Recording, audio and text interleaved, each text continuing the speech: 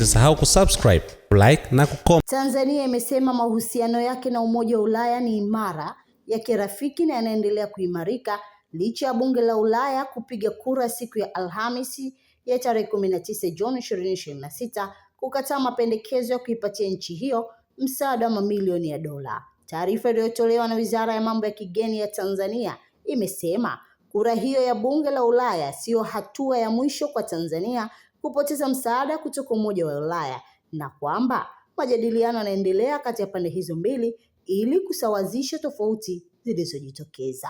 Siku ya Alhamisi, wabunge wa Ulaya walipiga kura kukataa mpango wa kuipatia Tanzania kiasi cha dola milioni 179 sawa na shilingi bilioni 469.5 za nchi hiyo kutokana na madai ya udanganyifu kwenye uchaguzi na ukiukaji wa haki za binadamu.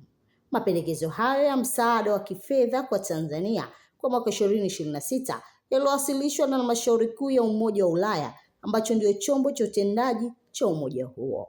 Wabunge walisema mapendekezo hayo yameshindwa kukidhi mashaka walioyaelezea juu ya kutetereka kwa misingi ya utawala bora, demokrasia na athari za uchaguzi wa Oktoba 2025 nchini Tanzania. Kwa haya na mengine mengi, usikose kutufuatilia kupitia mitandao yetu ya kijamii ya Mwanahalisi TV. Ili kwa wa kwanza kupata habari zetu, tafadhali usisahau kusubscribe, like na kucomment.